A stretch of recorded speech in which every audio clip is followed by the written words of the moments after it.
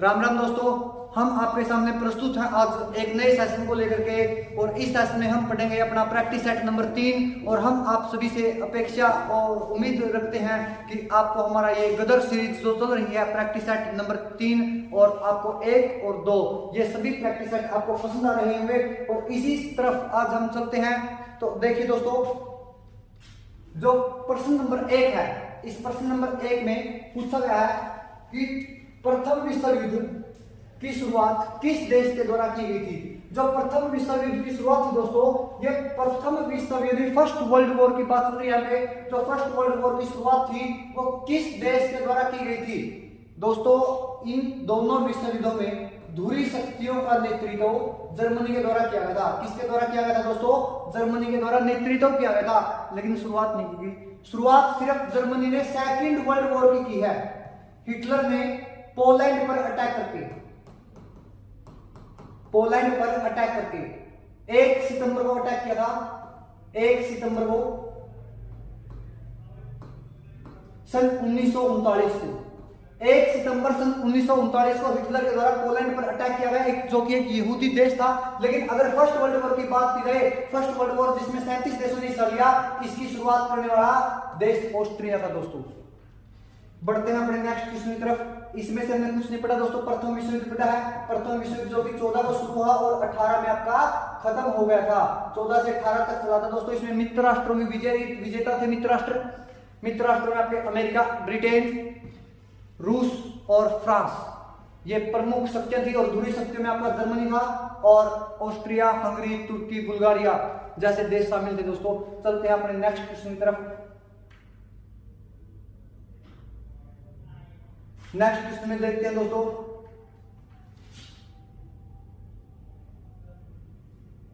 Next question में दोस्तों बात आई है भारत का आइंस्टीन कौन कहलाता है।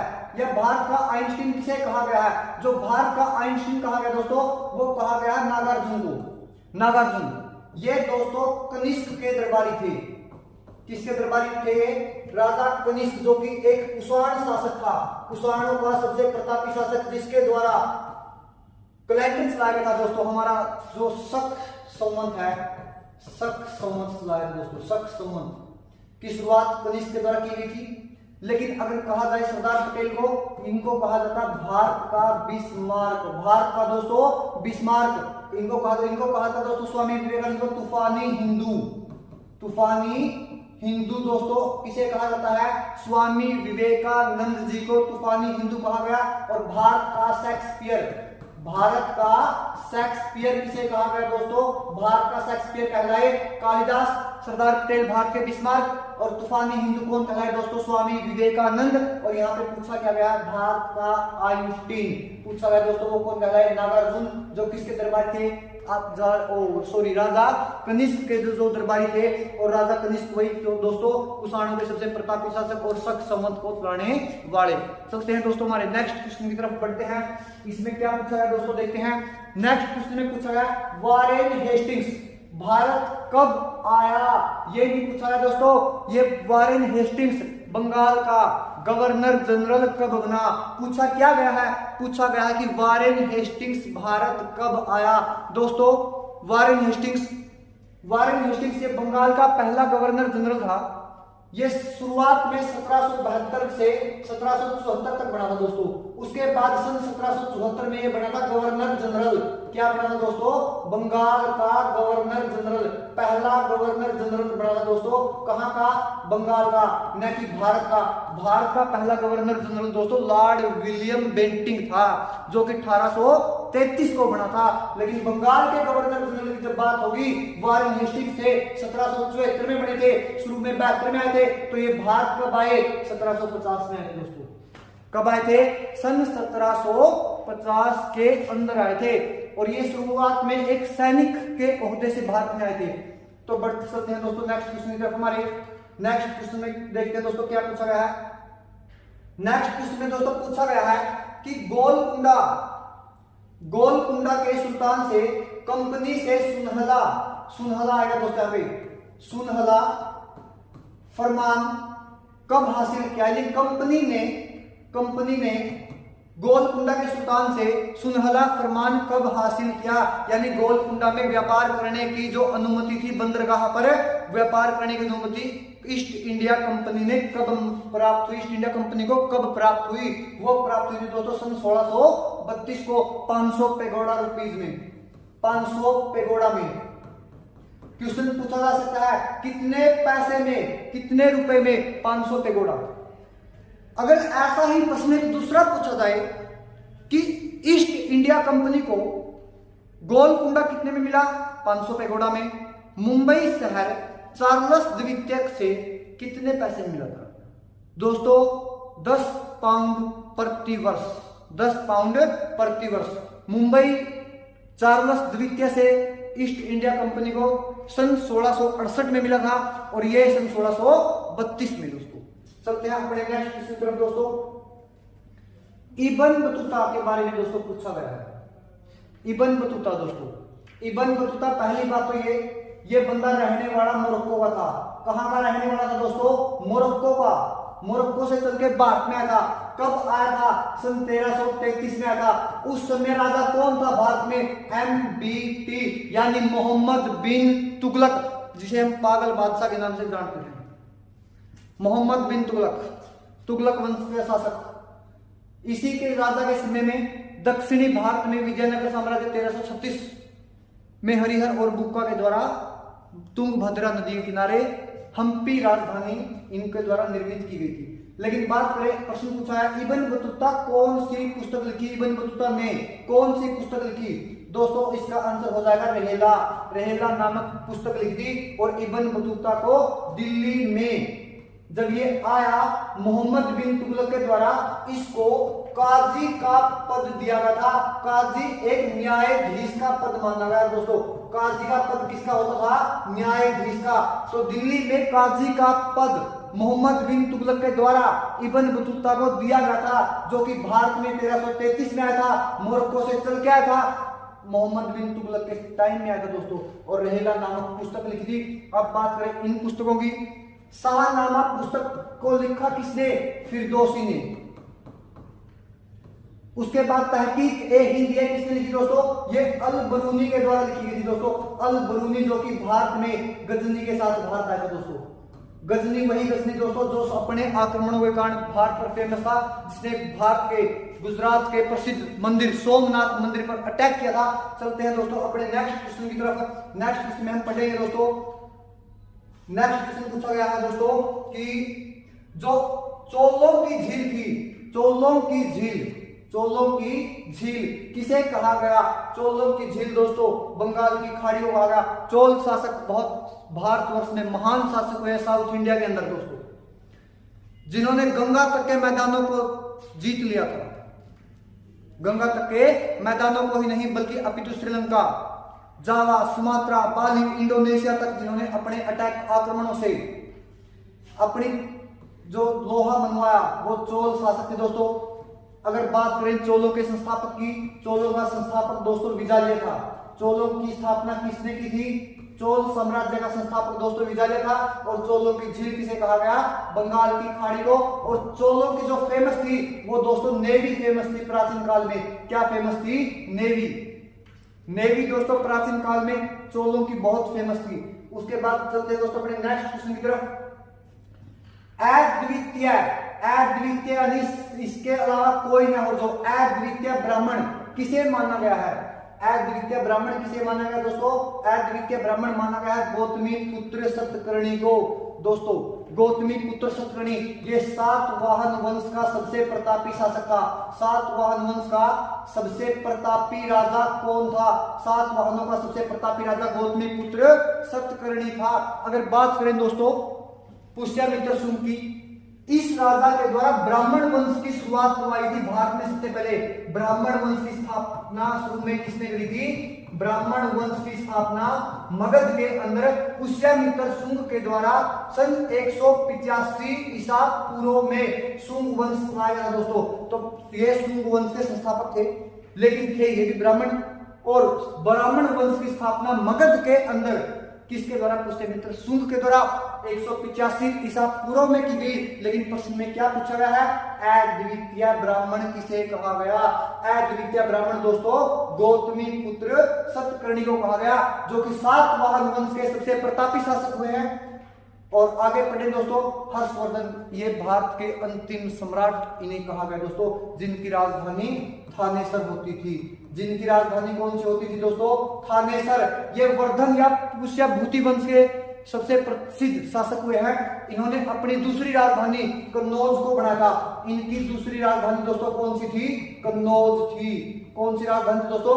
दूसरी राजधानी, पहली नहीं। पहली राजधानी थानेसर, दूसरी राजधानी कन्नौज। तो प्रश्न एक आ सकता है कि वर्धन वंश के समय में सबसे प्रसिद्ध व्यापारिक केंद्र कौन सा था? कन्नौज था। बहुत गर खाए हैं दोस्तों इसने बहुत गर खाए हैं। कन्नौज के लिए त्रिपक्षीय युद्ध लड़े गए। कन्नौज के लिए ग्रह वर्मा मारा गया। कन्नौज की रक्षा करते हुए ग्रह वर्मा मारा गया था, हर्षवर्धन बहनोई। फिर बाद में राज्यवर्धन इसके ऊपर ग्रह वर्मा के ऊपर अटैक किया था, जो मालवा के राजा देवगुप्त ने और शशांक। दोस्तों किस किस को नहीं खाया इस कन्नौज ने? एक दिन इसके बारे में भी अलग से शासन करेंगे, तब पढ़ेंगे इसके बारे में। तो चलते हैं दोस्तों अपने नेक्स्ट क्वेश्चन की तरफ। नेक्स्ट क्वेश्चन में दोस्तों हम देखते हैं, नेक्स्ट क्वेश्चन है दोस्तों दसराज युद्ध। दसराज युद्ध किस नदी पर लड़ा गया? दसराज युद्ध दोस्तों रावी नदी यानी पुरुषनी नदी पर लड़ा गया। रावी नदी का प्राचीन नाम दोस्तों पुरुषनी नदी है। दोस्तों हम पहले चैनल पर आपके सामने एक वीडियो डाल चुके हैं नदियों से संबंधित, जिसमें नदियों के प्राचीन नाम बताए गए थे आप सभी को, और मोस्टली सभी नदियों के प्राचीन नाम बताए गए थे। तो वहां पर आप इसके बारे में जाकर एक बार अध्ययन कर सकते हो।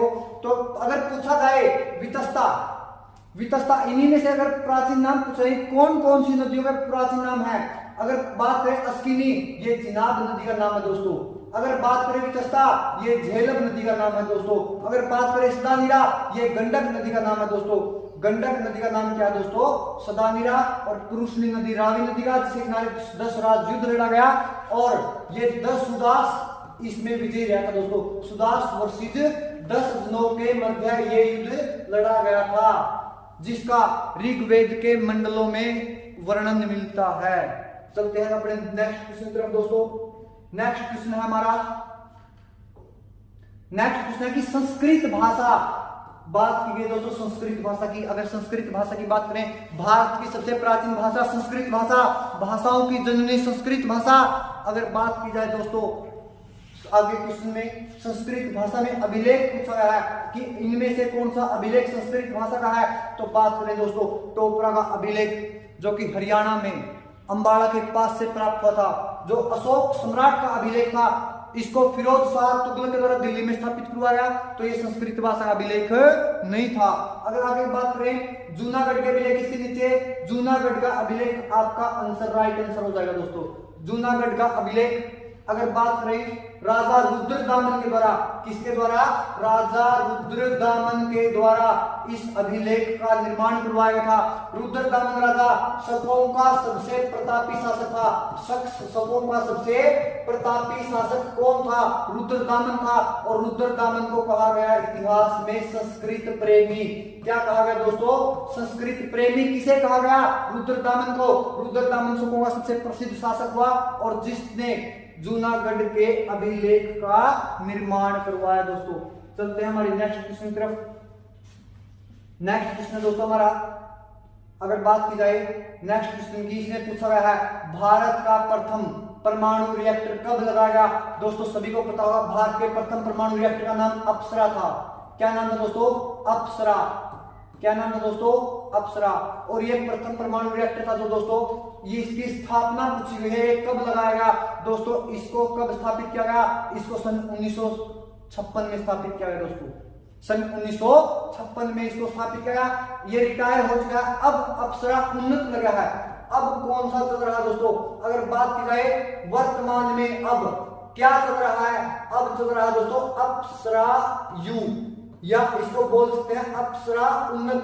ये दोस्तों सन 2024 14 में स्थापित हुआ था दोस्तों। कब स्थापित हुआ था? सन 2014 में अप्सरा उन्नत। अगर बात की जाए अब पहला रिएक्टर जो अप्सरा है वो कब रिटायर हुआ? वो 2008 में रिटायर हुआ था दोस्तों, याद रखिएगा। 2008 में लगा कब था? 56 में भारत का प्रथम परमाणु रिएक्टर लगा था दोस्तों 1956 में। राज्य पूछे तो राज्य बता दीजिएगा आप। महाराष्ट्र, महाराष्ट्र के अंदर। चलते हैं दोस्तों नेक्स्ट क्वेश्चन की तरफ। नेक्स्ट क्वेश्चन है, निम्न में से किस देश में सबसे पहले संविधान का निर्माण हुआ था? यानी इन देशों में पूछा गया दोस्तों।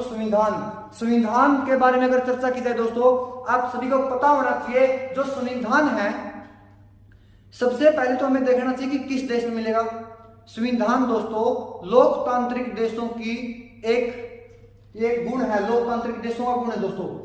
अगर बात की जाए चीन में एक तंत्र है ना कि लोकतंत्र दोस्तों। रूस में भी इतनी खास वो बात नहीं है दोस्तों। रूस में जो बात है, रूस में भी संविधान यानी ये भी डेमोक्रेटिक देश नहीं है। अगर बात की जाए भारत का संविधान सबसे बड़ा है दोस्तों, सबसे बड़ा है। और आप सभी को तो पता है कि भारत का संविधान 26 नवंबर सन 1949 को बना था। कब बना था? 26 नवंबर 1949 को। लेकिन अमेरिका का संविधान इससे भारत के संविधान सबसे पुराना है, जो कि सन 1787 को बनाया गया था। संविधान अमेरिका का जो कि सबसे कठोर संविधान है। दुनिया का सबसे कठोर संविधान कौन सा है दोस्तों? दुनिया का सबसे कठोर संविधान अमेरिका का संविधान है, जो कि 1787 में बनकर तैयार हुआ था। भारत का 26 नवंबर 1949 को। इस चीन देश में एक तंत्र रहा था दोस्तों, एक पार्टी का, यानी एक दलीय आप बोल सकते हो इसको। क्या बोल सकते हो? एक दलीय बोल सकते हो दोस्तों। चलते हैं दोस्तों हमारे नेक्स्ट क्वेश्चन की तरफ। अगले क्वेश्चन पर देखते हैं। अगले क्वेश्चन में क्या पूछा गया है? अगले क्वेश्चन में पूछा गया दोस्तों, महात्मा गांधी को नोबेल पुरस्कार, शांति पुरस्कार दोस्तों नहीं मिला था। नोबेल शांति का पुरस्कार नहीं मिला था। लेकिन पूछा गया पुरस्कार के लिए कितनी बार नामित किया गया? 5 बार नामित किया गया दोस्तों। लेकिन इनको नोबेल पुरस्कार नहीं दिया गया। लेकिन वर्तमान में अगर देखा जाए भारत सरकार की तरफ से सन 1995 में महात्मा गांधी की साइड से, महात्मा गांधी के नाम से जो एक पुरस्कार दिया जाता है जिसका नाम है महात्मा गांधी शांति पुरस्कार, महात्मा गांधी शांति पुरस्कार दिया जाता है। भारत सरकार की तरफ से दिया जाता है दोस्तों। महात्मा गांधी के नाम पर जारी किया गया था। कब? सन 1995 में। लेकिन नोबेल पुरस्कार जब इनको नामित किया गया तो इनको नहीं मिला। और प्रश्न पूछा कितनी बार नामित किया? 5 बार दोस्तों। कितनी बार? 5 बार। बढ़ते हैं दोस्तों अपने अगले प्रश्न की तरफ। अगले प्रश्न में पूछा गया है आजाद हिंद फौज के बारे में। अगर बात करें दोस्तों आजाद हिंद फौज का नाम सुनते ही कई दोस्तों के दिमाग में नेताजी सुभाष चंद्र बोस आते हैं कि नेताजी सुभाष चंद्र बोस ने ही आजाद हिंद फौज को बनाया था। लेकिन ये सत्य है? बिल्कुल भी नहीं है। नेताजी सुभाष चंद्र बोस ने आजाद हिंद सरकार बनाई थी दोस्तों, न कि आजाद हिंद फौज। आजाद हिंद फौज का निर्माण तो रास बिहारी के द्वारा करवाया था दोस्तों। किसके द्वारा? रास बिहारी बोस ने करवाया था दोस्तों। रास बिहारी बोस ने सन 1942 में निर्माण करवाया था दोस्तों। और इस फौज के द्वारा भारत पर सबसे पहले इंफाल पर अटैक किया था, इंफाल पर आक्रमण किया गया था दोस्तों इस फौज के द्वारा। अगर बात करें किस देश में बनी थी पूछा गया है, ये दोस्तों सिंगापुर में बनी थी अपनी आजाद हिंद सरकार। क्या दोस्तों? आजाद हिंद सरकार। जो आजाद हिंद सरकार थी दोस्तों वो बनी थी सन 1943 में। ये भी सिंगापुर के अंदर बनी थी और 11 देशों ने इसको मान्यता दी थी दोस्तों। 11 देशों ने मान्यता दी थी दोस्तों इसको। कितने देशों ने मान्यता दी थी? 11 देशों ने। तो आपके सामने 2 पॉइंट है। एक आजाद हिंद फौज जो कि 42 में बनी, एक आजाद हिंद सरकार जो कि 1943 में बनी। बड़ी दोनों सिंगापुर में है, बड़ी दोनों सिंगापुर के अंदर हैं, लेकिन शख्स अलग अलग हैं, निर्माता अलग अलग हैं। आजाद हिंद फौज की स्थापना रास बिहारी बोस के द्वारा करवाई गई। आजाद हिंद सरकार की स्थापना नेताजी सुभाष चंद्र बोस के द्वारा की गई, जिसको 11 देशों ने मान्यता दी। और ये दोस्तों सिंगापुर देश के अंदर बनी थी। और आजाद हिंद फौज ने भारत पर सबसे पहले अटैक इम्फाल पर किया था दोस्तों। कहां पर किया था? इम्फाल पर अटैक किया था दोस्तों। चलते हैं अपने नेक्स्ट क्वेश्चन की तरफ दोस्तों, बढ़ चलते हैं। पूछा गया है कांग्रेस पार्टी की दोबारा टूट कब हुई? दोबारा पूछा है दोस्तों, यानी सेकंड टाइम। तो पहली बार कांग्रेस पार्टी कब टूटी थी? 1907 में सूरत के अंदर अधिवेशन हुआ था। कई बार प्रश्न सीधा पूछ जाता है कि कांग्रेस का सूरत अधिवेशन कब हुआ? कांग्रेस का सूरत अधिवेशन 1907 को फेमस क्यों है? क्योंकि इसमें कांग्रेस के दो टुकड़े हुए थे दोस्तों, नरम दल व गरम दल। कई दोस्त पूछेंगे नरम दल और गरम दल क्या चीजें थी? नरम दल दोस्तों जो शांति प्रिय क्रांतिकारी थे उनका एक ग्रुप था, और गरम दल दोस्तों जो क्रांतिकारी चाहते थे कि आजादी केवल लड़ाई से ही प्राप्त हो सकती है, लातों के भूत बातों से नहीं मानते हैं, अंग्रेज कहे सुने की नहीं मानेंगे, अंग्रेज आराम से नहीं मानने वाले हैं, इनके ऊपर जोर जबरदस्ती की जाए, प्रेशर डाला जाए, प्रेशर बनाया जाए, तब जाके कुछ ना कुछ हो सकता है। इसीलिए 1907 में कांग्रेस पार्टी की टूट हुई थी। कहां पर? सूरत शहर के अंदर हुई थी दोस्तों, 1907 में हुई थी दोस्तों। तो इस समय रास बिहारी बोस भी, जिसने आजाद हिंद फौज बनाई थी, वही रास बिहारी बोस इस समय कांग्रेस पार्टी के 1907 में हेड थे। अब पूछा दोबारा सेकंड टाइम कब टूटी? सेकंड टाइम दोस्तों 1918 के अंदर टूटी थी। दोबारा कब टूटी थी दोस्तों? 1918 के अंदर कांग्रेस पार्टी की दोबारा टूट हुई थी। तो बढ़ चलते हैं दोस्तों अपने नेक्स्ट क्वेश्चन की तरफ। नेक्स्ट क्वेश्चन पूछा गया है भारत की आजादी के समय इंग्लैंड का राजा कौन था?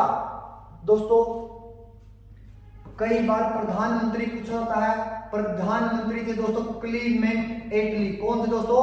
क्लीमेंट एटली। प्रधानमंत्री थे दोस्तों क्लीमेंट एटली। क्लियर है? लेकिन यहां तो राजा पूछा है दोस्तों, राजा जॉर्ज सस्टम थे दोस्तों, राजा जॉर्ज सस्टम थे, राजा जॉर्ज सस्टम थे। अगर बात की जाए जॉर्ज पंचम की, जॉर्ज पंचम के बारे में कई बार पूछा जाता है, जो कि 1911 में भारत के अंदर दिल्ली के अंदर आए और दिल्ली दरबार का जिन्होंने आयोजन किया। तो कई बार प्रश्न आता है दिल्ली दरबार कब लगा था? दिल्ली दरबार 1911 को सजा था। इसमें कुछ घोषणाएं की गई थी, किसके द्वारा? राजा की घोषणा करेगा दोस्तों। दरबार कौन लगाया? राजा। राजा कौन सा? जॉर्ज पंचम। बात कब की? 11 की। तो घोषणा कौन करेगा? राजा करेगा। राजा ने घोषणा क्या करी कि बंगाल का विभाजन कैंसिल करो, जो कि 1905 में हुआ था। तो बंगाल का विभाजन 11 में कैंसिल हुआ दोस्तों। दिल्ली राजधानी बनाई जाएगी, यह भी घोषणा 11 में की गई दोस्तों। चलते हैं अपने अगले क्वेश्चन की तरफ। प्रश्न पूछा है दोस्तों, प्रश्न ये था कि भारत की आजादी के समय इंग्लैंड का राजा कौन था? जॉर्ज सस्टम था। जॉर्ज पंचम 1911 में भारत के अंदर आया था दोस्तों, दिल्ली दरबार लगाया था। उसके सब बाद प्रधानमंत्री पूछा जाती है, याद रखिएगा क्लीमेंट एटली। कौन था दोस्तों? क्लीमेंट एटली। चलते हैं दोस्तों अपने अगले प्रश्न की तरफ। अगले प्रश्न में दोस्तों पूछा गया है कि भारत की, क्या पूछा है दोस्तों, कि भारत की सबसे छोटी, विश्व की सबसे छोटी तटीय रेखा वाला देश कौन सा है? जिब्राल्टर है दोस्तों। ऑप्शन नंबर सी आपका ठीक हो जाएगा। इसमें तटीय रेखा पूछे दोस्तों, सबसे छोटी पूछी है। अगर बड़ी पूछ ले तो सबसे बड़ी तटीय रेखा दोस्तों हो जाएगी कनाडा। किसकी होगी दोस्तों? कनाडा की सबसे बड़ी तटीय रेखा, सबसे लंबी तटीय रेखा होगी, जो कि आपका एक उत्तरी अमेरिका महाद्वीप का देश है। अगर बात की जाए विश्व में सबसे छोटी वाला कौन सा दोस्तों? जिब्राल्टर है। यह जिब्राल्टर देश वही है दोस्तों जहां जिब्राल्टर जल संधि, भूमध्य सागर का प्रवेश द्वार, उसी जिब्राल्टर जल संधि को कहा जाता है, जो कि अटलांटिक महासागर और जिब्राल्टर भूमध्य सागर, इनके बिल्कुल मेन गेट पर लगा हुआ दोस्तों। भूमध्य सागर के बिल्कुल बोल सकते कि मेन गेट पर कौन है? जिब्राल्टर। एक छोटा सा देश दोस्तों, एक छोटा सा देश। और इसी देश की सीमा पूछेगी सबसे छोटी तटीय रेखा वाला देश कौन सा दोस्तों? जिब्राल्टर देश आपका। वेटिकन सिटी दोस्तों, ये तो जनसंख्या, क्या दोस्तों? जनसंख्या। किसके मामले में दोस्तों? जनसंख्या। किसके मामले में? जनसंख्या व क्षेत्रफल के मामले में सबसे, दोनों के मामले में सबसे क्या है? छोटा है। कौन छोटा है दोस्तों? वेटिकन सिटी छोटा है दोस्तों। अगर पूछे दुनिया का सबसे छोटा देश किसमें? जनसंख्या में, वेटिकन सिटी। दुनिया का क्षेत्रफल में सबसे छोटा देश वेटिकन सिटी। आगे पूछा है दोस्तों मोरक्को। मोरक्को दोस्तों वही है। अफ्रीका का तो मोरक्को और यूरोप का स्पेन, ये बिल्कुल पास पास है दोस्तों। वहीं जिब्राल्टर जल संधि के पास वहीं है दोस्तों। आगे चलते हैं अपने नेक्स्ट क्वेश्चन की ओर दोस्तों। नेक्स्ट क्वेश्चन पूछा है भारत का सबसे बड़ा लैगून क्या है। भारत का सबसे बड़ा लैगून पूछा है दोस्तों। यहां पे पूछा है कि भारत का सबसे बड़ा लैगून क्या है। तो दोस्तों अगर बात करें भारत का सबसे बड़ा लैगून दोस्तों चिल्का है, जो कि कहां पर है, उड़ीसा में है। यही चिल्का झील भारत की सबसे बड़ी झील भी है दोस्तों, सबसे बड़ी झील भी है दोस्तों, सबसे बड़ी झील है। सबसे बड़ा लैगून तो है वही है दोस्तों। बात करें तो डल झील कहां पर है दोस्तों, जम्मू और कश्मीर के अंदर है। लोनार झील कहां पर है, लोनार झील आपकी महाराष्ट्र के अंदर है, जिसको माना गया है कि ये उल्का पिंडों द्वारा इसका निर्माण हुआ है। उल्का पिंडों द्वारा निर्माण, उल्का पिंडों द्वारा निर्माण। किस झील का निर्माण माना गया दोस्तों, उल्का पिंडों द्वारा निर्माण माना गया लोनार झील का। चिलामू सबसे ऊंची झील है दोस्तों, और सबसे ऊंची झील ये कहां पर है, सिक्किम में है मेरे दोस्तों, मेरे भाइयों। कहां पर है ये, सिक्किम में है।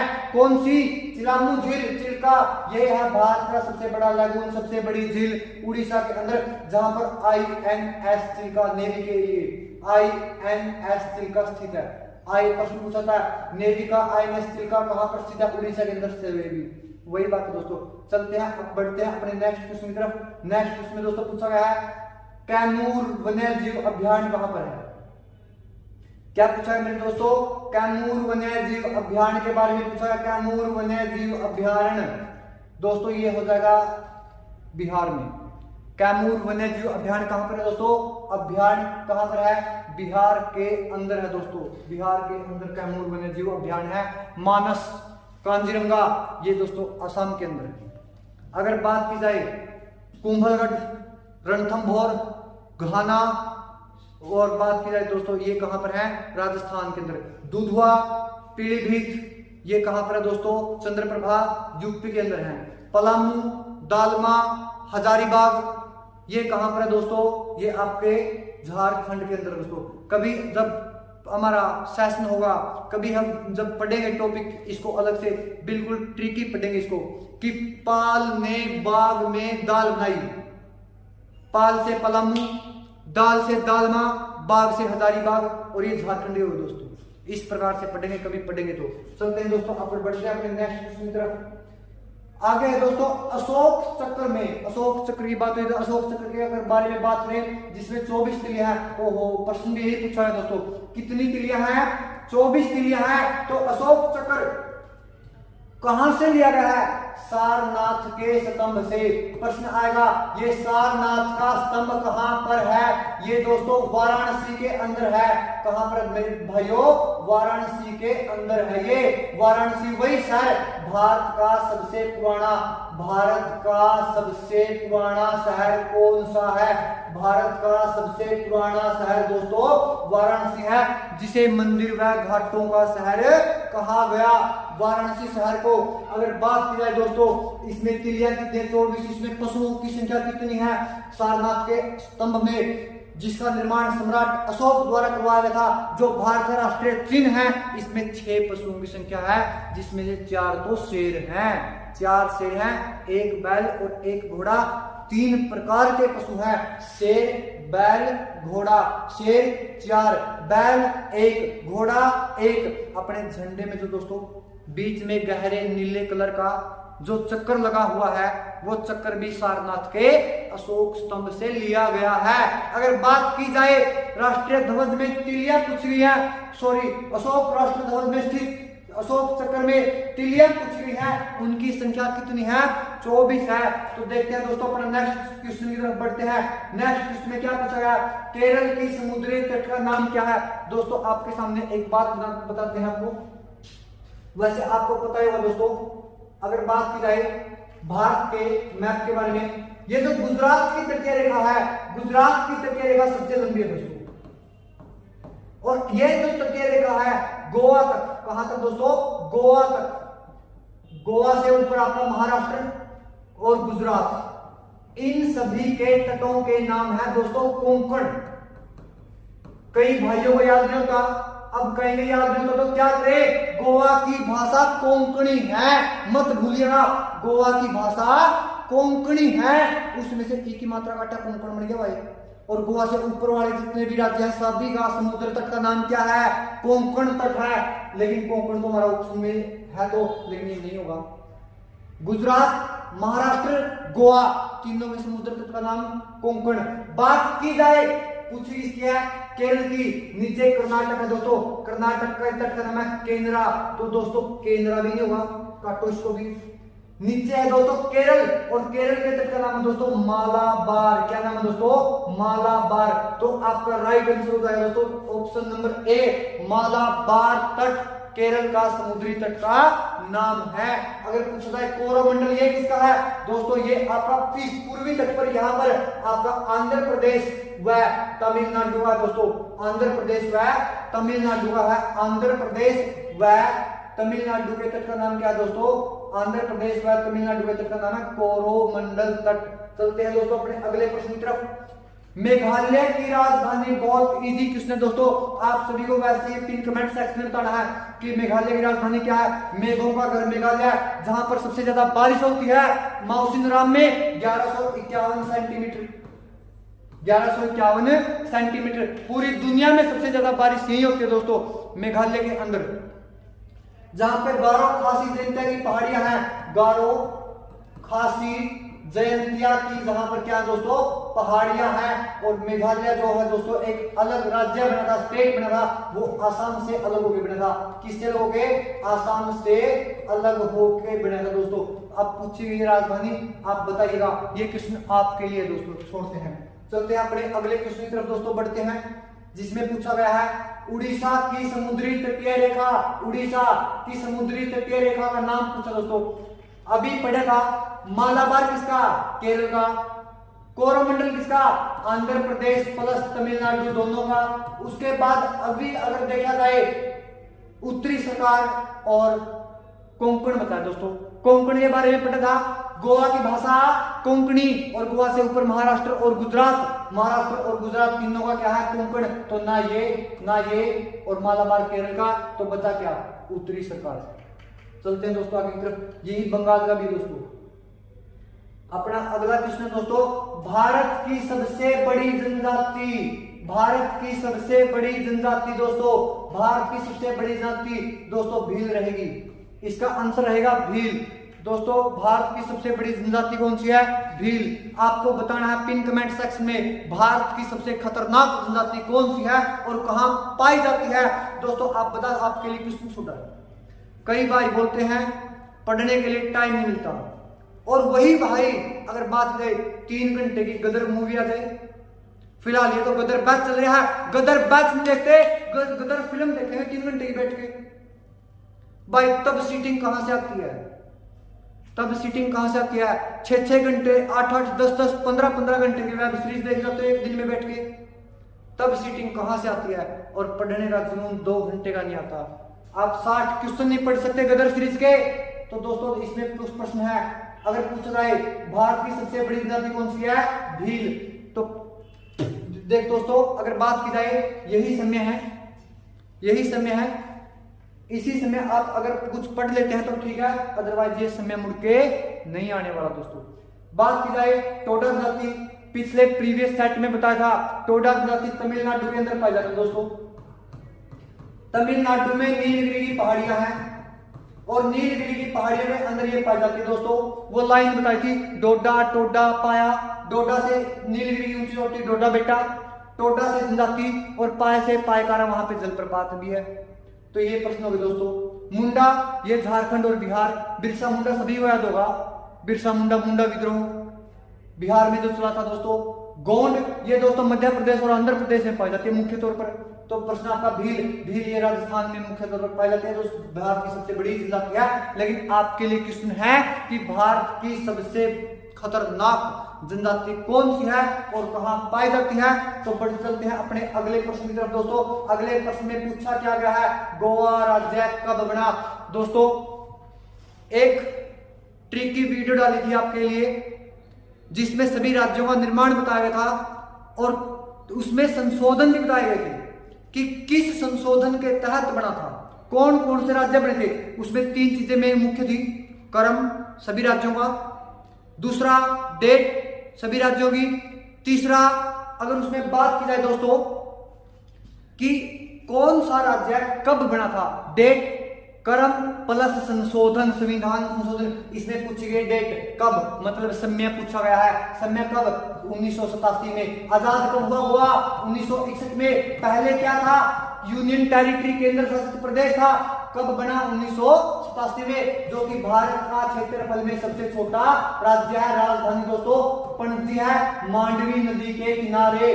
कौन सी नदी है दोस्तों, मांडवी नदी के किनारे, मांडवी नदी के किनारे, मांडवी नदी के किनारे दोस्तों गोवा राज्य की राजधानी स्थित है। बढ़ चलते हैं अपने अगले प्रश्न की तरफ। 61 में तो दोस्तों आजाद हुआ था। आगे है, भारत में नोटबंदी कब हुई। भारत के अंदर नोटबंदी कब हुई दोस्तों, भारत के अंदर नोटबंदी ऑप्शन देखने से पता चल रहा है कि नोटबंदी नरेंद्र मोदी के द्वारा की गई थी। नरेंद्र मोदी की सरकार पहली बार इलेक्शन जीत के लोकसभा में देश में केंद्र में 2014 में आई थी, तो 14 से पहले के 2 ऑप्शन तो वैसे कट गए। आगे पूछा 20 में दोस्तों कोविड-19 आया था, कोरोना, तो 16 में थी दोस्तों। जीएसटी 17 में आया था, 1 जुलाई 17 को। आगे चलते दोस्तों, विश्व मानवाधिकार दिवस कब मनाया जाता है। विश्व मानवाधिकार दिवस पूछा गया दोस्तों, कब मनाया जाता है, बताइए जरा। विश्व मानवाधिकार दिवस 10 दिसंबर को मनाया जाता है।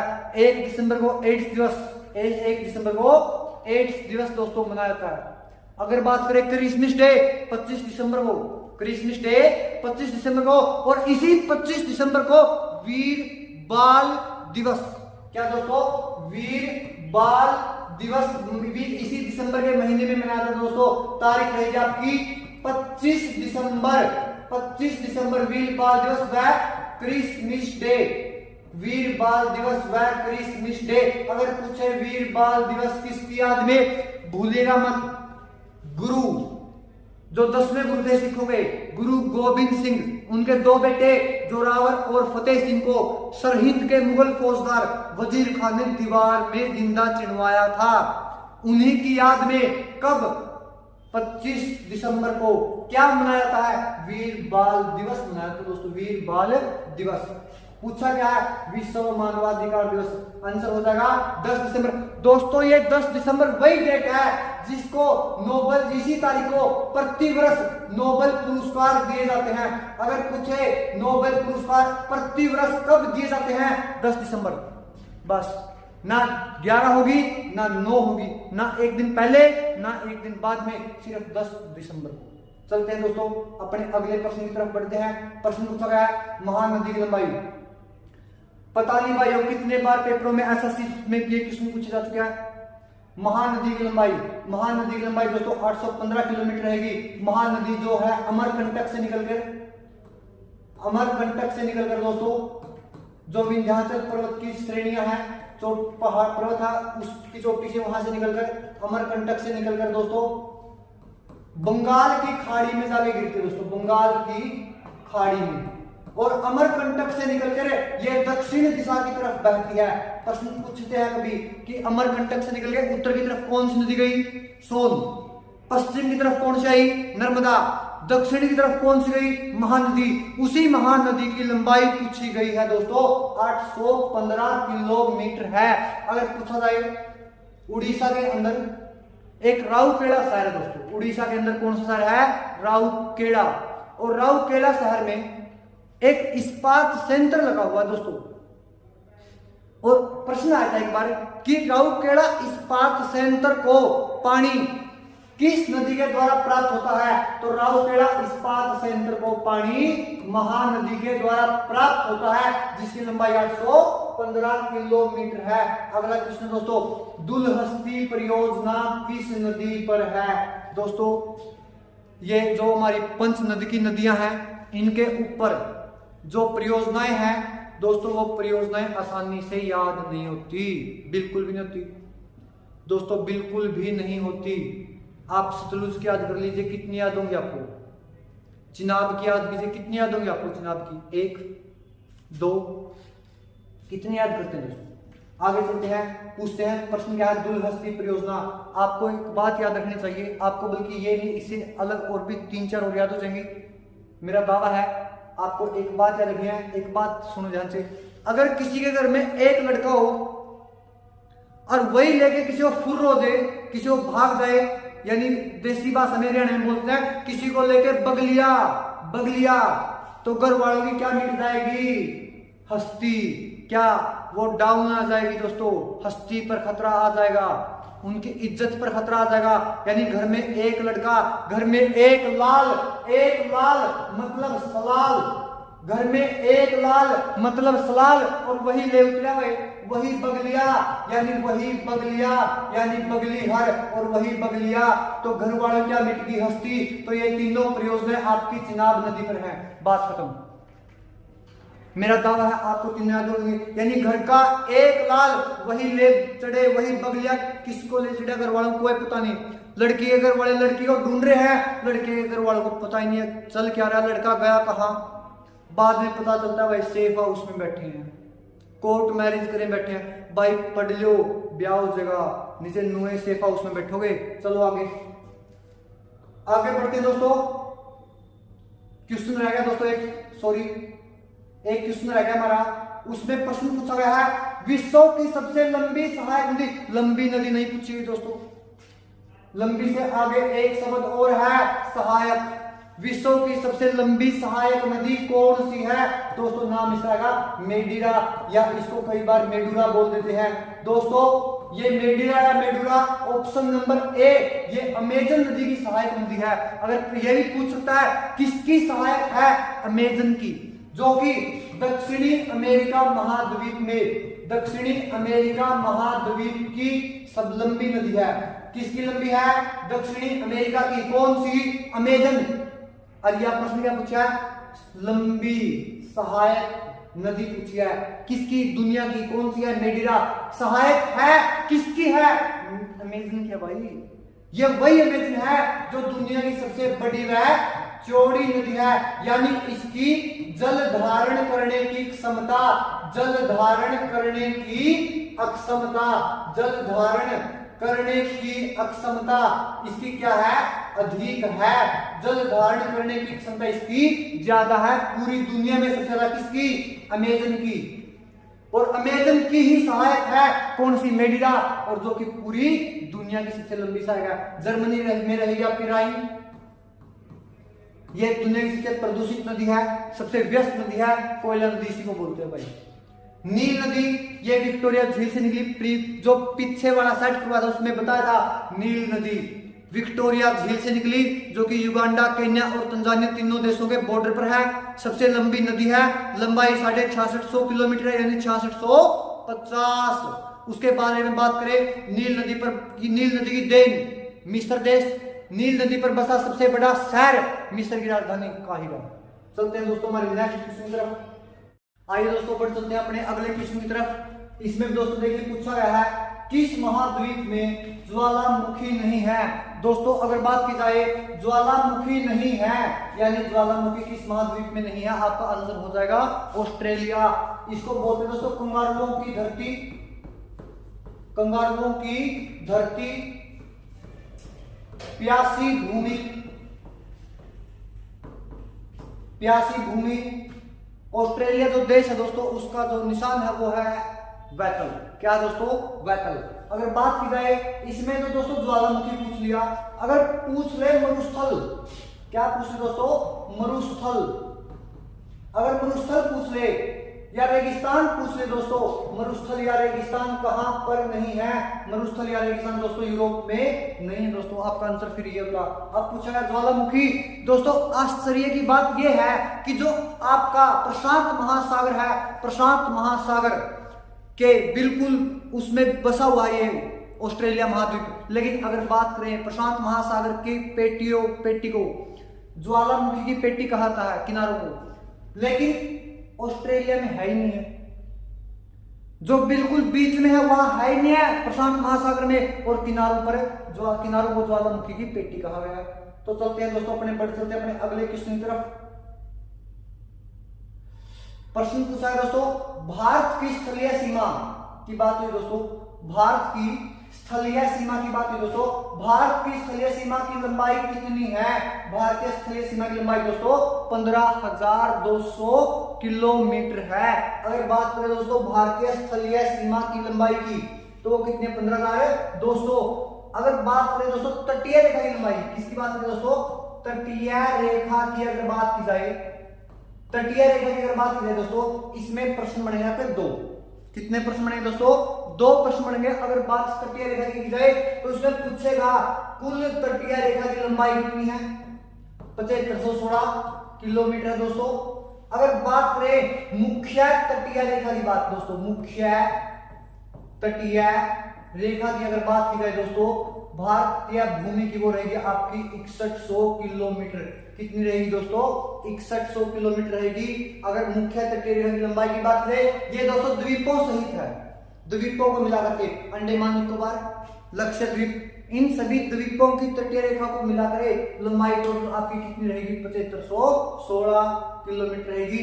अगर मुख्य भूमि की ओनली प्रायद्वीपीय भारत की तटीय रेखा की लंबाई की बात करें तो वो रहेगी आपकी 6100 किलोमीटर। अगर 9 के 9 राज्यों की बात की जाए तो अगर इस ऑप्शन की तरफ ध्यान दिया जाए दोस्तों, ऑप्शन नंबर डी की तरफ, ये माउंट एवरेस्ट की ऊंचाई है दोस्तों, माउंट एवरेस्ट की ऊंचाई जो पृथ्वी का सबसे उच्चतम बिंदु है दोस्तों।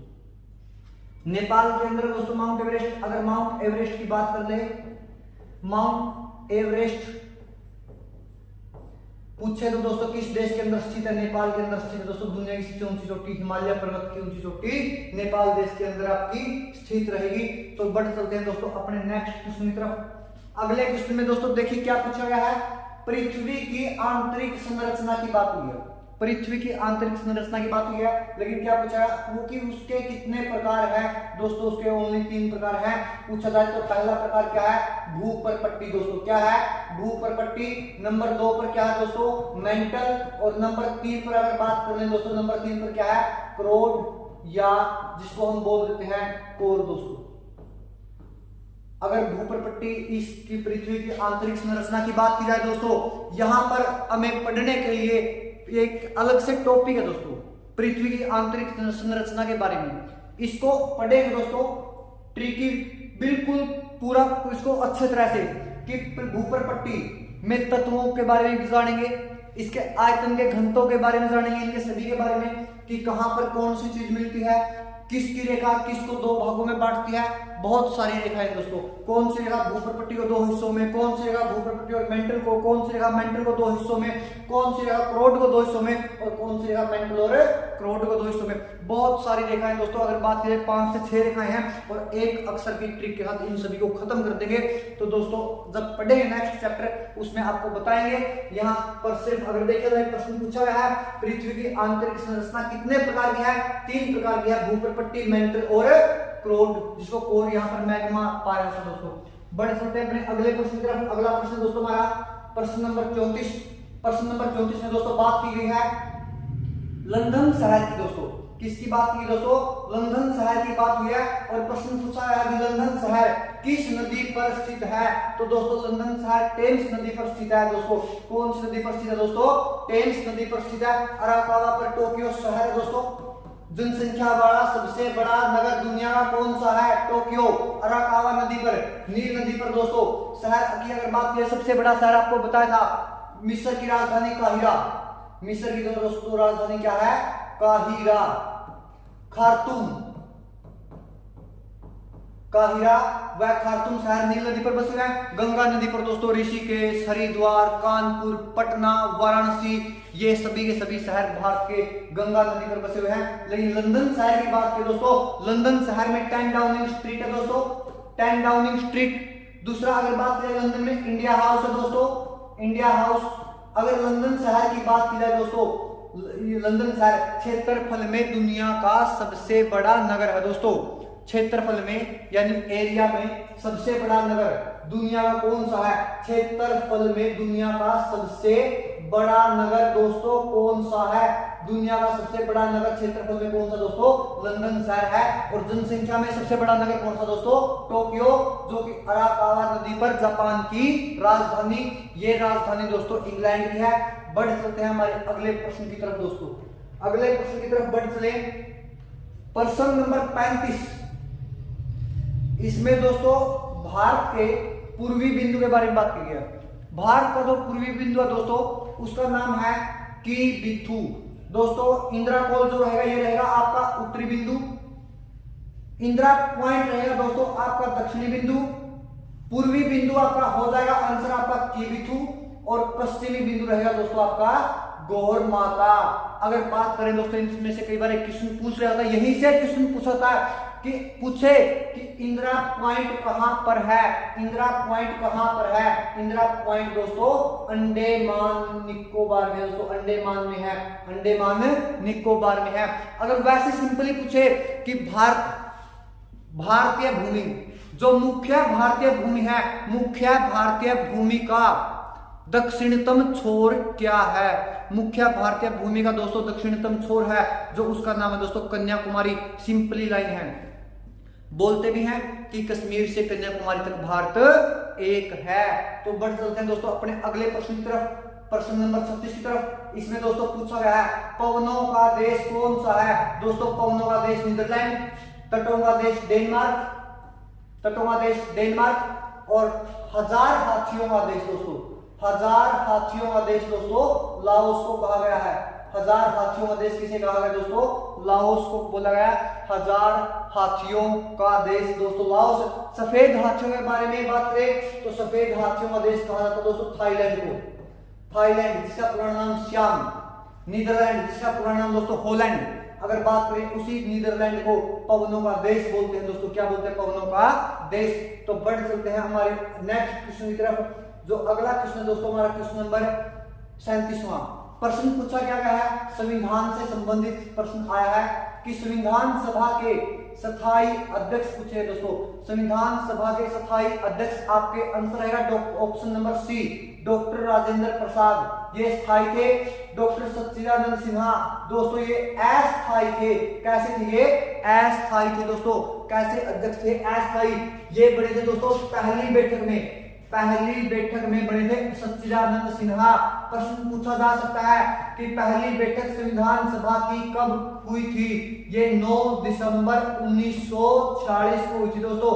अगर बात कर ली जाए डॉक्टर राजेंद्र प्रसाद स्थायी अध्यक्ष बने थे किस बैठक में? ये बने थे दोस्तों सेकंड यानी दूसरी बैठक में 11 दिसंबर 1946 को जो हुई थी दोस्तों, दूसरी बैठक में। और संविधान की कार्यवाही तीसरी बैठक में हुई थी दोस्तों, जिसमें पंडित जवाहरलाल नेहरू के द्वारा उद्देश्य प्रस्ताव पेश किया गया था।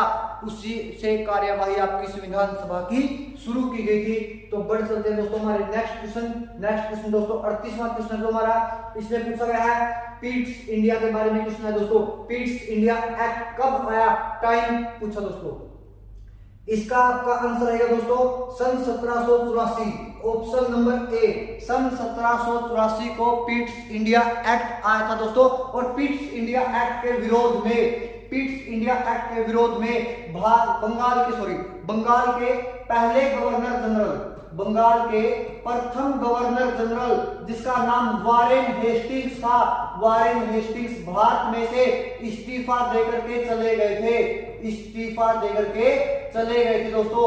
वारेन हेस्टिंग्स ने इस्तीफा पीट्स इंडिया एक्ट के विरोध में दिया था जो कि सन 1784 को आया था। अगर आगे बात करें दोस्तों 1774 की डेट को ऑप्शन दिया गया, यहाँ पर भारत में पहला न्यायालय खुला दोस्तों कोलकाता के अंदर दोस्तों, कोलकाता के अंदर पहला न्यायालय खुला गया था।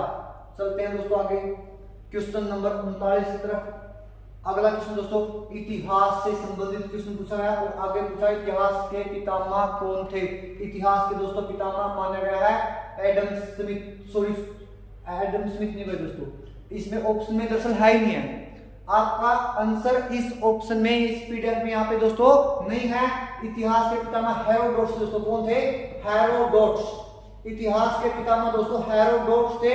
अगर बात कर ली जाए थिकेटियस, ये भूगोल के पितामह, हिकेटियस भूगोल के, एडम स्मिथ की बात करें ये अर्थशास्त्र यानी इकोनॉमिक्स के, विशाख दत्त ने मुद्रा राक्षस नामक पुस्तक लिखी दोस्तों, मुद्रा राक्षस नामक पुस्तक के लेखक राइटर कौन है, विशाख दत्त। चाणक्य ने भी एक अपना ग्रंथ लिखा है, बहुत प्रसिद्ध ग्रंथ है, विश्व प्रसिद्ध ग्रंथ जिसका नाम है अर्थशास्त्र। क्या नाम दोस्तों, अर्थशास्त्र नामक ग्रंथ के राइटर कौन है, चाणक्य। वही चाणक्य जिसकी सहायता से चंद्रगुप्त मौर्य ने अखंड भारत की स्थापना की थी।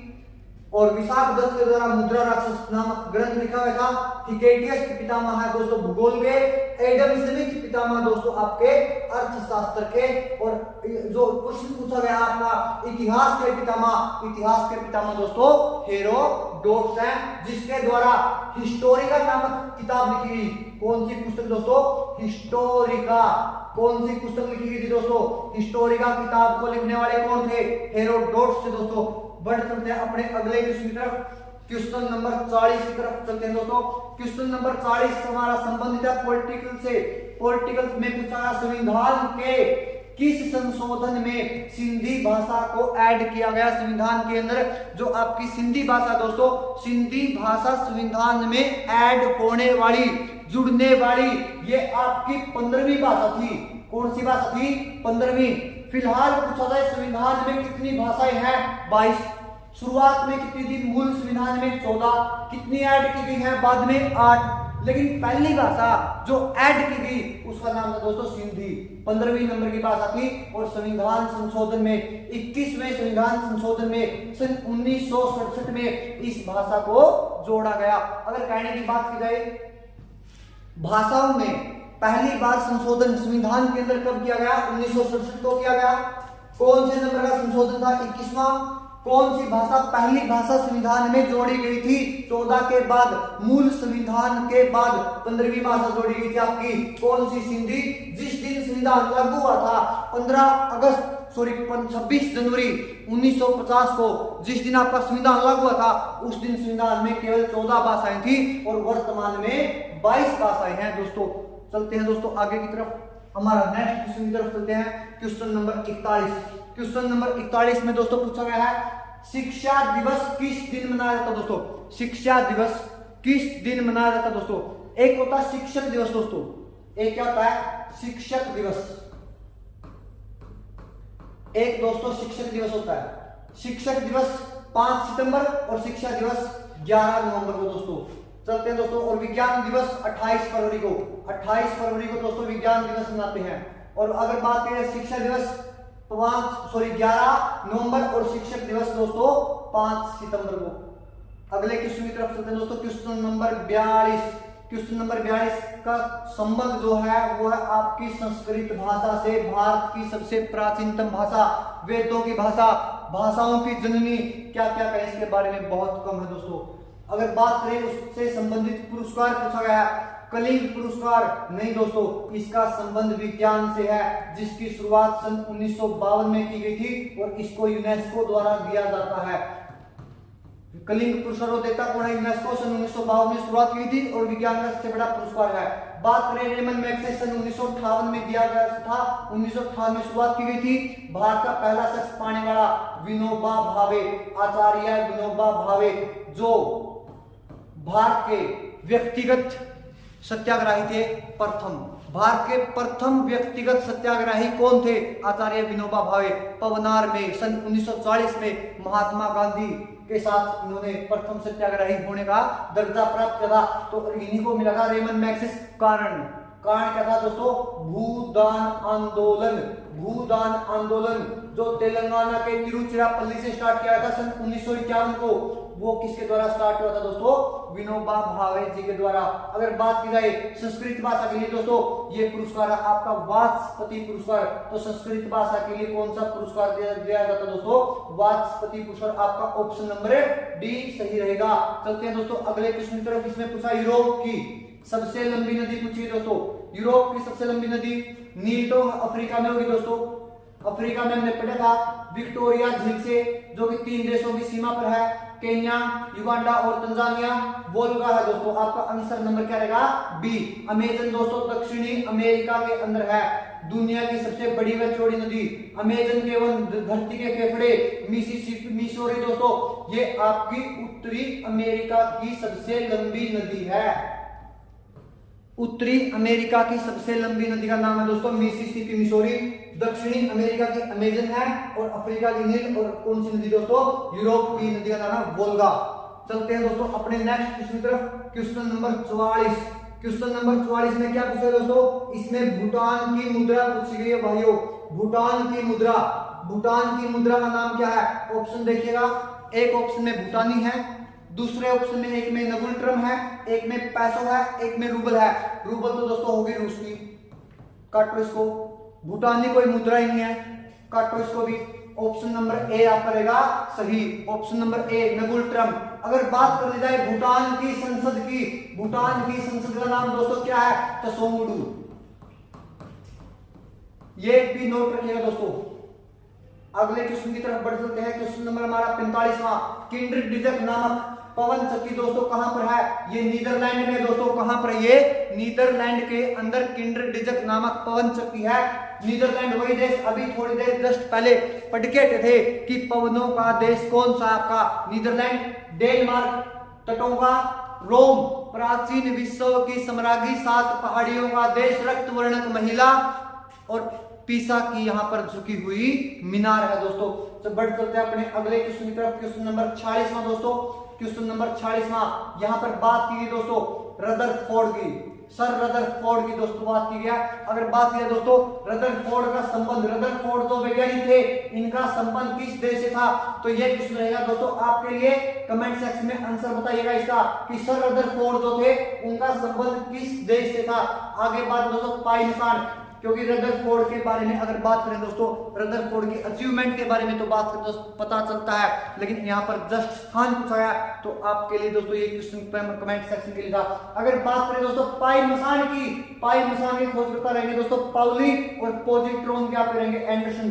पॉजिट्रॉन दोस्तों, पॉजिट्रॉन के खोजकर्ता कौन है दोस्तों? एंडरसन है दोस्तों। न्यूटन लॉ ऑफ ग्रेविटेशन जो आपने पढ़े होंगे, और पाउली है दोस्तों आपका राइट आंसर रहेगा पाई मेसान की। नेक्स्ट क्वेश्चन दोस्तों, नेक्स्ट क्वेश्चन दोस्तों आपका 48 जो नेक्स्ट क्वेश्चन दोस्तों आपका कि गामा किरणों पर आवेश कैसा होता है? गामा किरणों पर आवेश कैसा होता है? ना पॉजिटिव होता है ना नेगेटिव होता है, आपका 0 होता है राइट आंसर दोस्तों। चलते हैं दोस्तों अपने नेक्स्ट क्वेश्चन की तरफ। 49 कार्बोरेटर के आविष्कारक कौन थे? कार्बोरेटर के आविष्कार दोस्तों जी डैमलर। इन्होंने प्रश्न था एक मोटरसाइकिल के बारे में पूछा था कभी कि मोटरसाइकिल के खोजकर्ता कौन थे? जी डैमलर थे दोस्तों। अगर बात करें कार्बोरेटर के खोजकर्ता कौन थे? जी डैमलर थे। हम्फ्री डेवी दोस्तों, केपलर, वो सॉरी क्या नाम है? ग्रहों के गति, ग्रहों की गति के ला। उसके बाद दोस्तों चार्ल्स बेबेज कंप्यूटर के पितामह। हम्फ्री डेवी ये सेफ्टी लैंप दोस्तों, कई बार प्रश्न पूछा जा चुका है। सेफ्टी लैंप, सेफ्टी लैंप से संबंधित क्वेश्चन आ रहा है। सेफ्टी लैंप के आविष्कारक कौन थे दोस्तों? हम्फ्री डेवी थे। केपलर ग्रहों की गति के ला, चार्ल्स बेबेज कंप्यूटर के पितामह, जी डैमलर मोटरसाइकिल और कार्बोरेटर दोस्तों। बढ़ चलते हैं हमारे क्वेश्चन नंबर 50 की तरफ दोस्तों। क्वेश्चन नंबर 50 में पूछा गया है शरीर में सामान्य तत्वों में, शरीर के सामान्य तत्वों में ऑक्सीजन के बाद औसत किसकी मात्रा अधिक होती है? किसकी मात्रा अधिक है? अगर बात करें दोस्तों हमारी बॉडी के अंदर सबसे ज्यादा मात्रा ऑक्सीजन की होती है, लेकिन क्वेश्चन में पूछा ही नहीं। क्वेश्चन ने पूछा कि ऑक्सीजन के बाद कौन? ऑक्सीजन के बाद कौन दोस्तों? ऑक्सीजन के बाद कौन दोस्तों? ऑक्सीजन के बाद कौन दोस्तों? ऑक्सीजन के बाद आपका रहेगा कार्बन रहेगा दोस्तों। ऑक्सीजन के बाद आपका क्या रहेगा? कार्बन रहेगा दोस्तों। बढ़ चलते हैं हमारे नेक्स्ट क्वेश्चन की तरफ। Question number 51। क्वेश्चन नंबर 51 पूछा दोस्तों कॉपर की परमाणु संख्या, कॉपर की परमाणु संख्या दोस्तों पूछी गई है। कॉपर की परमाणु संख्या रहेगी आपकी 29, जिंक की रहेगी आपकी 30, और क्या नाम दोस्तों क्रोमियम की रहेगी आपकी 24, और मैंगनीज दोस्तों आयरन की आपकी क्या रहेगी दोस्तों? आयरन की आपकी रहेगी दोस्तों Fe आयरन। इसकी एटॉमिक संख्या रहेगी दोस्तों 25। अगर इसमें बात कर ली जाए दोस्तों, कॉपर की परमाणु संख्या आपकी 29, जिंक की आपकी 30, क्रोमियम की 24 और आयरन की दोस्तों 25। याद रखिए दोस्तों, इंपॉर्टेंट है। अगले क्वेश्चन की तरफ बढ़ते हैं दोस्तों। क्वेश्चन नंबर 52 बिल्कुल लास्ट में है, बने रहिए और लाइक और सब्सक्राइब बटन दबाते रहिए और पढ़ते रहिए दोस्तों और पढ़ाते रहिए। हाइड्रोजन पेरोक्साइड, हाइड्रोजन पेरोक्साइड का फॉर्मूला पूछा दोस्तों NO2, नहीं दोस्तों NaNO3, बिल्कुल भी नहीं दोस्तों, ना ये है, ये कोई धावन सोडा का है दोस्तों, कोई कौन सा है कोई कौन सा है, तो आपका रहेगा आंसर H2O2। चलते हैं दोस्तों अपने नेक्स्ट क्वेश्चन की तरफ। नेक्स्ट क्वेश्चन दोस्तों, सागोपाम, सागोपाम दोस्तों किसे कहते हैं? सागोपाम आप बोल देंगे साइकस को, किसे बोलेंगे दोस्तों? साइकस को सागोपाम भी कहते हैं। सागोपाम को बोलते हैं दोस्तों साइगोपाम, बोलते दोस्तों साइकस को, किसे? साइकस को बोलते दोस्तों सागोपाम। क्वेश्चन नंबर 54 की तरफ चलते हैं दोस्तों। क्वेश्चन नंबर 54 में पूछा गया है, सोते समय, जब मानव सोता है तो सोते समय कितने प्रतिशत तक आरबीसी का लेवल डाउन हो जाता है? आरबीसी का लेवल पूछा है कितने परसेंट कम जब मानव सोता है, नींद में होता है, गहरी नींद में रात को सोता है, तो आरबीसी की मात्रा कितनी कम हो जाती है? परसेंटेज में पूछा गया है। परसेंटेज में दोस्तों 5% तक कम होती है, 5% तक कम हो जाती है। किसकी मात्रा? आरबीसी। क्वेश्चन कुछ नहीं पूछा है कहां पढ़ती हैं, कितने दिन जीवन काल है, नहीं दोस्तों, ऐसा कोई क्वेश्चन नहीं पूछा गया कि जीवन काल इनका कितना है, कितने दिन बनती है, कहां मरती है, कहां ये अस्थि मज्जा वगैरह कुछ नहीं पूछा है। क्वेश्चन को ध्यान से पढ़िए कि सोते समय कितने परसेंट तक आरबीसी कम? 5% तक आरबीसी कम दोस्तों। अगला क्वेश्चन दोस्तों 55, मानव शरीर की दूसरी बड़ी ग्रंथि का नाम क्या है? मानव शरीर की सबसे बड़ी ग्रंथि है दोस्तों, यह करेक्ट नंबर 1। नंबर 2 पर है दोस्तों अग्नाशय, पीयूष ग्रंथि, जिसको मास्टर ग्रंथि के नाम से बोला जाता है। और पीयूष ग्रंथि दोस्तों ये आपकी मस्तिष्क में पाई जाती है दोस्तों, जिसकी वृद्धि से मानव का शरीर का विकास होता है, बढ़ता है, हाइट बढ़ती है, और कमी से बोनापन नामक ये जो मानव का जो रोग है बोनापन का, ये होता है दोस्तों। आगे चलते हैं, थायराइड ये गले में होती है दोस्तों, थायराइड गले में, पीयूष मस्तिष्क में। चलते हैं दोस्तों अपने नेक्स्ट क्वेश्चन की तरफ। नेक्स्ट क्वेश्चन नंबर 56वें क्वेश्चन पूछा दोस्तों, वियना शांति समझौता कब हुआ? वियना शांति समझौता 1815 को हुआ दोस्तों, जब नेपोलियन की हार हो चुकी थी, फ्रांस का प्रभुत्व समाप्त किया गया। 1815 के वियना शांति समझौते के तहत यूरोपियन शक्तियों ने मिलकर फ्रांस को तोड़ा, यूरोपीय शक्तियों ने मिलकर फ्रांस को बांटा। बंदरबाट चली थी दोस्तों, नेपोलियन के बाद बंदरबाट चली थी। तो वियना शांति समझौते की आपकी जो डेट रहेगी वो रहेगी दोस्तों 1815। नेपोलियन का अंत हुआ, 1821 में नेपोलियन की मृत्यु हुई। तो दोस्तों चलते हैं अपने नेक्स्ट क्वेश्चन तरफ। Question number 57। क्वेश्चन नंबर 57 है दोस्तों, spirit of law, spirit of law जिसे बोलते हैं कानून की आत्मा, कानून की आत्मा नामक किताब के लेखक कौन है? बुक के राइटर पूछा है दोस्तों, किसने लिखी है? ये किताब लिखी है दोस्तों मॉन्टेग्यू ने। किसके द्वारा लिखी है दोस्तों? मॉन्टेग्यू के द्वारा लिखी गई है। मोनालिसा किताब लिखी है दोस्तों लियोनार्डो दा विंची, मोनालिसा बहुत इंपॉर्टेंट है दोस्तों। उसके बाद मॉन्टेग्यू के द्वारा स्पिरिट ऑफ लॉ, रूसो के द्वारा सोशल कॉन्ट्रैक्ट, सोशल कॉन्ट्रैक्ट नामक पुस्तक के राइटर कौन है दोस्तों? सोशल कॉन्ट्रैक्ट के राइटर कौन है दोस्तों? Rousseau, Rousseau. अगर बात की जाए दोस्तों वॉल्टेयर, रूसो, मॉन्टेग्यू, ये सभी के सभी दोस्तों फ्रांसीसी क्रांतिकारी थे। याद रखने की ट्रिक है, जब फ्रांस में क्रांति हुई थी 7, 8, 9, आगे लगा दीजिए एक, चाहे 1100 हो, 1200, 1300, 1400, 1500, 1900 तक कौन सी भी डेट हो दोस्तों, आगे क्या रहेगा? एक। तो फ्रांस की क्रांति हुई 7, 8, 9। आगे बात करते हैं दोस्तों, आगे बात करते हैं सोशल कॉन्ट्रैक्ट किताब के राइटर कौन थे? सोशल कॉन्ट्रैक्ट किताब लिखी गई दोस्तों रूसो के द्वारा। मॉन्टेग्यू के द्वारा कौन सी लिखी गई? स्पिरिट ऑफ लॉ, जिसे हिंदी में बोलते थे कानून की आत्मा। बिस्मार्क दोस्तों जर्मनी से संबंधित थे। आपके लिए पिन कमेंट सेक्शन में क्वेश्चन है दोस्तों, भारत के बिस्मार्क के नाम से किसे जाना जाता है? तो आपके लिए ये पिन कमेंट सेक्शन में क्वेश्चन है दोस्तों। पिन कमेंट सेक्शन में बताइएगा भारत का बिस्मार्क किसे कहा गया। और बिस्मार्क ने एकीकरण जर्मनी का किया था दोस्तों। किसका? जर्मनी का एकीकरण किसने किया था? बिस्मार्क ने किया था। बिस्मार्क का जन्म वही 1815 में दोस्तों, वही 1815 में हुआ था। बिस्मार्क का जन्म जर्मनी के अंदर हुआ था। बिस्मार्क ने जर्मनी का एकीकरण किया था। और भारत का बिस्मार्क दोस्तों अगर बात की जाए, भारत के बिस्मार्क के नाम से किसे जाना गया? भारत का एकीकरण किसके द्वारा किया गया? भारत की 560 रियासतें एक किसने करी थी? पिन कमेंट सेक्शन में बताइएगा जरूर। चलते हैं अगले क्वेश्चन की तरफ। अगला क्वेश्चन दोस्तों हमारा क्वेश्चन नंबर 58 बिल्कुल लास्ट में पहुंच चुके हैं। पढ़ते रहिए, पढ़ाते रहिए, कमेंट सेक्शन में आंसर देते रहिए और दोस्तों लाइक व सब्सक्राइब दबाते रहिए। चलते हैं अपने अगले क्वेश्चन की तरफ। रूसी शासक को क्या बोलते थे? रूसी शासक को दोस्तों क्या बोलते थे? रूसी शासक को जार बोलते थे। जो आजकल गेड़ी लगाते फिरते हैं वो वाले जार नहीं दोस्तों, वो वाले जार नहीं। रूसी शासक को बोलते थे दोस्तों जार। बात होती दोस्तों रूसी क्रांति की 1917 में हुई थी दोस्तों, जिसको बोल्शेविक क्रांति बोलते हैं। बोल्शेविक क्रांति, बोल्शेविक क्रांति। और उस समय रूस का समाज दो भागों में बटा था। एक तरफ मेनशेविक थे, दूसरी तरफ बोल्शेविक थे, जो राजा के समर्थक थे दोस्तों।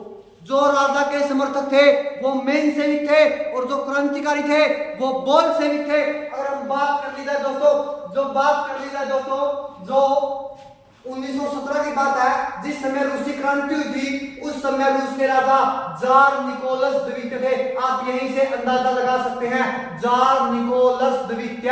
तो रूस के राजा को क्या बोलते थे दोस्तों? जार। बात रही निजाम की। निजाम दोस्तों हैदराबाद के शासक को बोला जाता था। आंध्र के राजा को निजाम बोलते थे। लुई, बात रही लुई की दोस्तों, लुई 14वां, लुई 15वां, लुई 16वां, ये फ्रांस की क्रांति के समय शासक थे दोस्तों। फ्रांस की क्रांति के समय शासक थे। पढ़ते रहिए, पढ़ाते रहिए, बने रहिए और अपना जो वो है सब कार्य है उसको संपूर्ण करते रहिए। हमारी गदर सीरीज है दोस्तों, और गदर कर दीजिए, पढ़ पढ़कर किताबों का गदर कर दीजिए। पेपर आने वाला है, सिस्टम हिला दीजिए। सबसे पहले वीटो पावर का इस्तेमाल करने वाला देश कौन सा था? सबसे पहले वीटो पावर का इस्तेमाल करने वाला देश तो रूस था। कौन था? रूस था। वीटो पावर की अगर बात करें दोस्तों, वीटो पावर सिर्फ 5 देशों के पास है। 500 देशों को ट्रिक से याद रखते हैं। ये दोस्तों वही देश है जो दोनों विश्व युद्धों में लड़े थे, मित्र राष्ट्र थे। लेकिन चाइना कहां से घुस गया? चाइना कहां से घुस गया? चाइना को वीटो पावर भारत के माननीय पूजनीय शांति प्रिय नेता पंडित नेहरू के द्वारा सौंपी गई थी। थाली में दर करी थी भाइयों, जिसके लिए आज मोदी किया है। फिर भाई तो कहना विराजमा सही रहा है। उसके बाद अगर बात है, क्योंकि अपने प्राणा के करे दरे सबने भुगतने पड़ेगा भाई, भारत भी भुगतने लाई रहा था। तो फ्रांस, अमेरिका, इंग्लैंड, रूस, ये जो दोस्तों ये जो देश हैं, इन देशों के पास है वीटो पावर और चीन के पास है जो कि भारत ने दी थी। अगर बात की जाए वीटो पावर वाले देश, इनको बोलते हैं दोस्तों स्थायी देश। कैसे देश बोलते हैं दोस्तों? स्थायी देश बोलते हैं, स्थायी देश बोलते हैं। तो वीटो पावर का सबसे पहले यूज किसने किया था दोस्तों? सबसे पहले रूस ने इस्तेमाल किया था। अगर बात की जाए दोस्तों आपके लास्ट क्वेश्चन दोस्तों, आपका लास्ट क्वेश्चन की तरफ बढ़ चलते हैं दोस्तों। लास्ट क्वेश्चन के बारे में बात करें, प्रायद्वीपीय महाद्वीप कौन सा है दोस्तों? महाद्वीप की बात की गई है, महाद्वीप की, जिनकी संख्या 7 है। लेकिन महाद्वीप भी कैसा? प्रायद्वीपीय। अब बोलते हैं दोस्तों द्वीप, पता नहीं द्वीप क्या होता है? जिसके चारों तरफ पानी, चारों तरफ पानी। प्रायद्वीप क्या होता है? जिसके 3 तरफ पानी। तो याद रखिएगा, यूरोप के 3 तरफ पानी, उत्तर में आर्कटिक, और बात करें तो पश्चिम में अटलांटिक और दक्षिण में भूमध्य सागर, टेथिस सागर का अवशेष। तो दोस्तों 3 तरफ पानी किसके है? यूरोप के। किसके है? यूरोप के है। तो प्रायद्वीपीय महाद्वीप कौन सा दोस्तों? आपका आंसर रहेगा यूरोप। ऑस्ट्रेलिया को बोलते हैं द्वीपीय महाद्वीप दोस्तों। क्या बोलते से? द्वीपीय महाद्वीप दोस्तों। ये द्वीपीय महाद्वीप है और यूरोप प्रायद्वीपीय महाद्वीप है। तो नमस्कार दोस्तों, हमारा सेशन यही समाप्त होता है। हमारा साथ यहीं तक था। लाइक और सब्सक्राइब करते रहिए। गदर सीरीज में हमारे साथ बने रहिए। आपका मनोरंजन और पढ़ाई इस प्रकार ही बनी रहेगी। 60 दिन चलती रहेगी आपके लिए। 60 क्वेश्चन, 60 दिन, 60 प्रैक्टिस सेट, टोटल 3600 क्वेश्चनों का जो हम सेट ले गए हैं, एक के साथ 2 से 3 पढ़ते रहेंगे। अब हमारा दावा है हम कम से कम लास्ट दिन 10 से 11,000 क्वेश्चन आपके निकाल के रहेंगे। 10 से 11,000 क्वेश्चन निकाल के रहेंगे। बस आप अपना प्यार व सपोर्ट व सहयोग बनाए रखिएगा। जो मन में आए करो, लेकिन दोस्तों पढ़ो। जो मन में आए करो, पढ़ो। राम राम दोस्तों, राम राम।